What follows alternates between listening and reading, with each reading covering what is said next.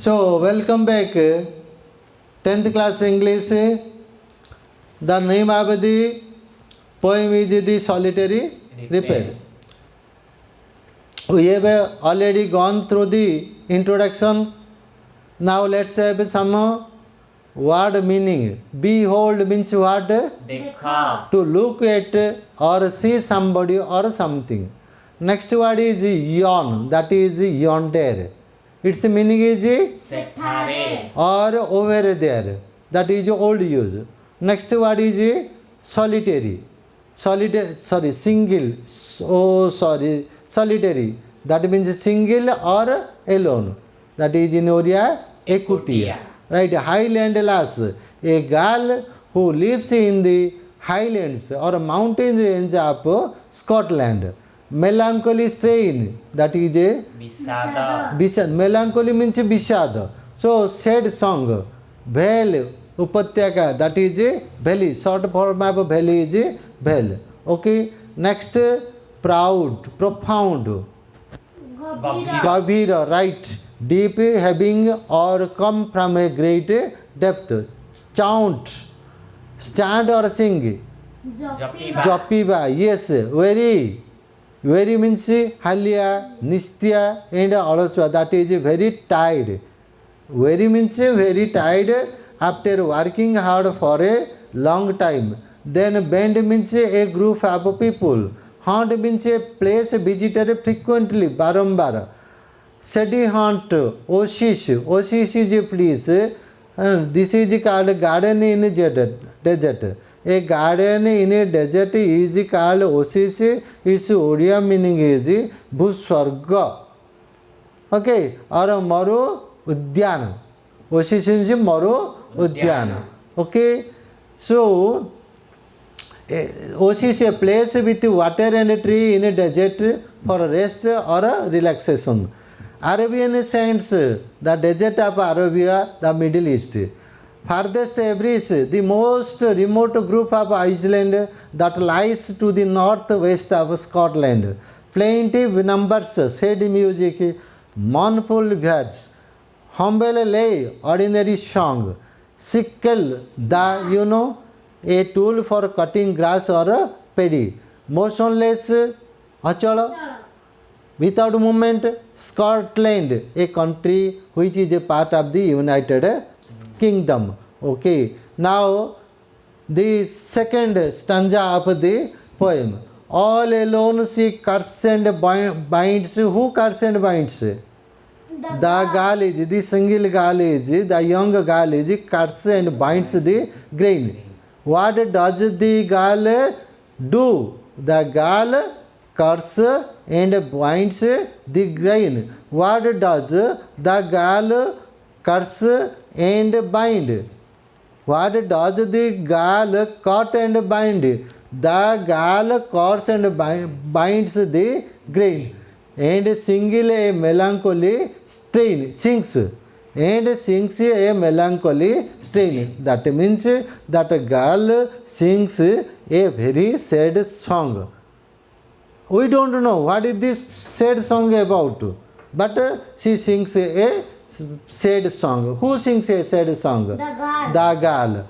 Oh, listen for the well profound. And with that song, with that girl's song, the entire valley is resounding. The entire valley is echoing, or the entire valley is echoed with her song.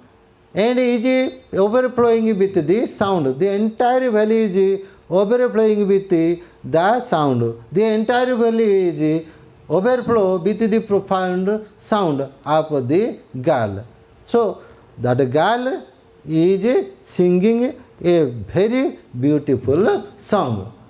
No nightingale. Nightingale is a bird, singing bird. Like a cuckoo is a singing bird. Nightingale is a singing bird. And our Indian koel, we say koel, that is also singing bird. Their melody is very sweet to hear. Okay. So, no nightingale did ever chant. Chant means, jopiba. Chant means chant, sing. More welcome note to very wind. So, here the poet compares Here the poet compares the girl's melodious song to the song of nightingale. The girl's song was so melodious that the nightingale's song will lose its charm. So no nightingale. Generally, the night when the travelers are traveling through the forest of Scotland, they generally happen to hear the song of the nightingale and get pleasure. But everybody believed that that song was only the melodious. But when Shakespeare heard the little girl's song, he thought that this was the melodious one and better than the nightingale's song. So more welcome notes to very events. After travels in some shady haunts, when travels are passing through the forests, they come to hear the melodious note of nightingale, and hearing the melodious note of nightingale, they get much pleasure. But this girl's song has over power, over melodious than the nightingale's song.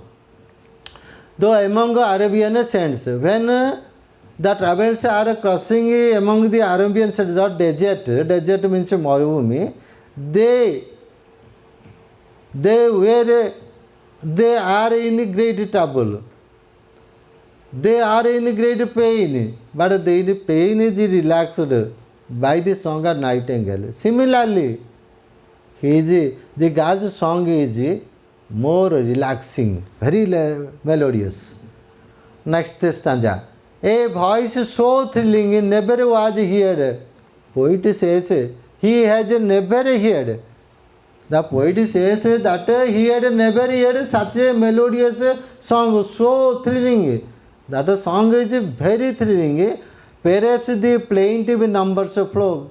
Thinks that in the melody, in that melodious song, there is a sad note. Perhaps the girl is singing a sad story of hers or something. Perhaps the plaintive numbers flow for old, unhappy, far off things. Perhaps that girl is singing a sad song about old, unhappy and far off things and battles long ago, or maybe it about a long ago battle. Poet thinks because the poet William Wordsworth can hear the melodious song but can't really understand what type of song she is singing and what is the subject matter of the song. Or is it some more humble way, familiar matter of today? Or the poet thinks the gist or the summary of poem must be so and so. Thinks this one or that one. So, or it is some more humble lay, familiar matter of today. Perhaps that girl is singing the day-to-day happening of his life in the form of song. Some natural sorrow, loss or pain. The poet thinks the poem must be so and so, this or that. Thinks that has been and may be again. Singing, that girl is singing the incident that might have taken place or may be taking place. Whatever the theme, the maiden sing. Whatever the thing may be. What is the matter may be. As if she sang, her song could have no ending. She was singing as if a no ending song, unending song. The poet thinks, who is singing an unending song? God. The girl is. Who is thinking like this? The poet is thinking. The poet can't understand what is the song about. she guesses different subject matters of the song, and but he also thinks that a girl, whatever the song she is singing, whatever that gist is in the song, but she is singing an unending song. I saw her singing at work and over the sickle bending, where she was singing at the field. When she was working, she was singing. Who saw it? The poet saw it. Who was singing? The girl was singing. Where is the girl? Where was the girl singing? The girl was singing in the field. When she was cutting and ripping. When she was cutting and binding crops. I saw her singing at her work and over the sickle bending. And she is sickle, you know, cutting the crops with the help of a sickle. Okay, and now let's last paragraph. This is the last stanza. I listened. Who listened? The poet listened. The poet William Wordsworth listened. Listened motionless and still. He was motionless and still. He could not move. He could not speak. The poet was listening to the song, melodious song of the girl. The poet was motionless and speechless, spellbound, could not utter a single word. And as I mounted up the hill, who mounted up then the poet Wordsworth climbed up the hill.